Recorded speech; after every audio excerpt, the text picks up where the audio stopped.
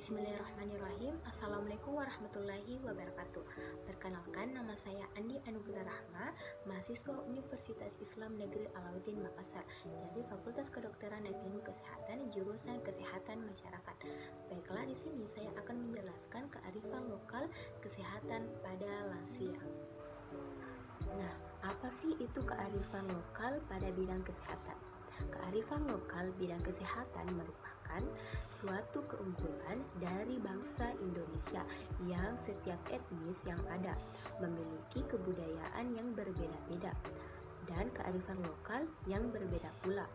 Hal ini disebabkan oleh sumber daya alam, hewani dan nabati yang tumbuh di setiap daerah berbeda. Nah, apa sih itu lansia? Lansia atau lanjut usia adalah seseorang yang telah memasuki tahapan akhir dari fase kehidupan.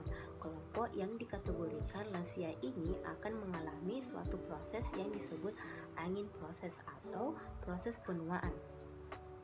Lanjut usia merupakan tahap akhir dalam kehidupan manusia. Manusia yang memasuki tahap ini ditandai dengan menurunnya kemampuan kerja tubuh akibat perubahan atau penurunan fungsi organ-organ tubuh. Nah, berdasarkan WHO, lansia ini dibagi menjadi 3 golongan. Yang pertama yaitu umur lanjut atau elderly. Umurnya yaitu 60-75 tahun. Yang kedua yaitu umur tua atau old. Usianya yaitu 76 tahun sampai 90 tahun. Dan yang ketiga yaitu umur sangat tua atau very old. Usianya yaitu 90 ke atas. Perawatan lansia dengan hipertensi dalam perspektif budaya suku Minang. Budaya sangat erat kaitannya dengan praktik-praktik yang berhubungan dengan konsep sehat sakit di masyarakat. Kebudayaan membentuk tradisi dan respon terhadap kesehatan dan penyakit di masyarakat setempat. Nah, keluarga merupakan tempat pertama dalam sosialisasi budaya kebiasaan yang diperkenalkan sejak lahir. Sangat mempengaruhi perilaku kesehatan dan sulit untuk diubah. Nah, bagaimana sih cara kita mencegah perkembangan hipertensi ini pada lansia? Yaitu dengan cara perubahan gaya hidup yang meliputi mengurangi konsumsi garam, makan makanan yang bergizi, berolahraga secara teratur, menghindari konsumsi rokok dan alkohol. Perubahan gaya hidup sangat erat kaitannya dengan budaya, suku bangsa, dan pola asupan makanan. Menjelaskan bahwa proporsi pengidap hipertensi pada suku Minang lebih banyak daripada suku lainnya yang ada di Indonesia. Hal ini disebabkan karena suku Minang mempunyai pola konsumsi tinggi lemak dan rendah serat atau sayur-sayuran. Suku Minang memiliki ciri khas dengan makanannya yang penuh cita rasa yang pedas dan pemakaian santan yang kental. Selain itu, pada umumnya masakannya menggunakan garam yang tinggi dan berbumbu yang banyak. Faktor lain yang berkontribusi terhadap kejadian hipertensi pada suku Minang ialah kebiasaan merokok, kurangnya aktivitas, dan rendahnya konsumsi sayuran. Nah, dalam bidang ilmu kesehatan, penyembuhan penyakit dengan cara pengobatan tradisional. Nah, apa sih itu pengobatan tradisional?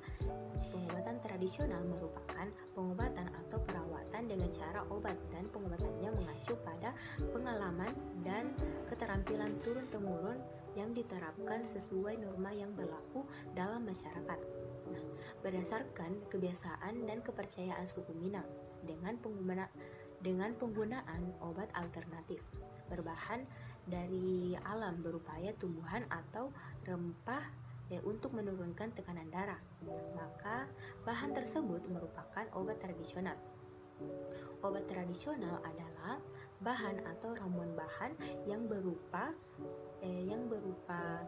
bahan tumbuhan, bahan hewan, bahan mineral, sediaan sarian, galenik atau campuran dari bahan tersebut yang secara turun-temurun telah digunakan untuk pengobatan berdasarkan pengalaman. Nah, di antara bahan tumbuhan dan rempah-rempah tersebut adalah yang pertama, yaitu labu siam.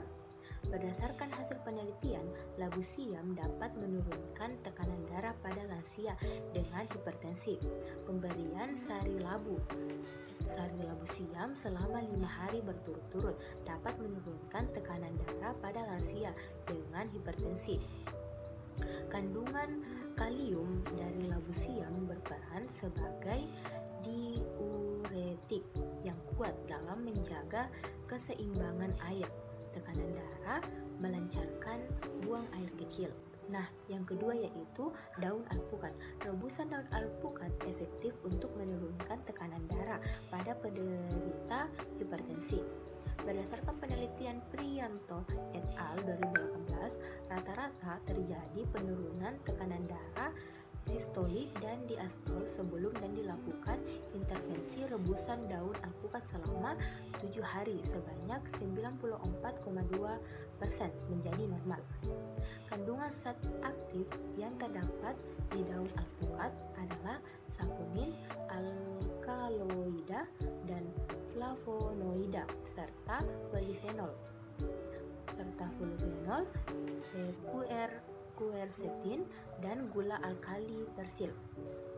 Flavonoid efektif untuk menurunkan tekanan darah.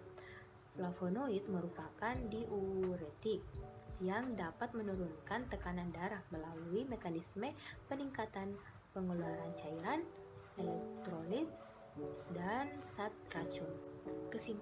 Kesimpulannya yaitu kearifan lokal bidang kesehatan khususnya pengobatan tradisional pada lansia atau lanjut usia yang ada di budaya suku Minang berupa tindakan herbal dan ramuan yang menggunakan bahan atau ramuan alami. Kemampuan ini biasa didapat dari warisan turun-temurun. Cukup banyak kearifan lokal bidang kesehatan pada pasien berupa ramuan herbal di mana pengobatan tradisional meramu bahan atau tumbuhan untuk dijadikan obat. Hanya saja belum memiliki takaran atau dosis yang jelas sehingga efektivitas atau efek sampingnya sulit untuk dinilai.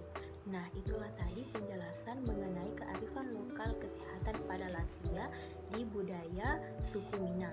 Kurang lebihnya mohon dimaafkan dan saya akhiri dengan ucapan Assalamualaikum warahmatullahi wabarakatuh.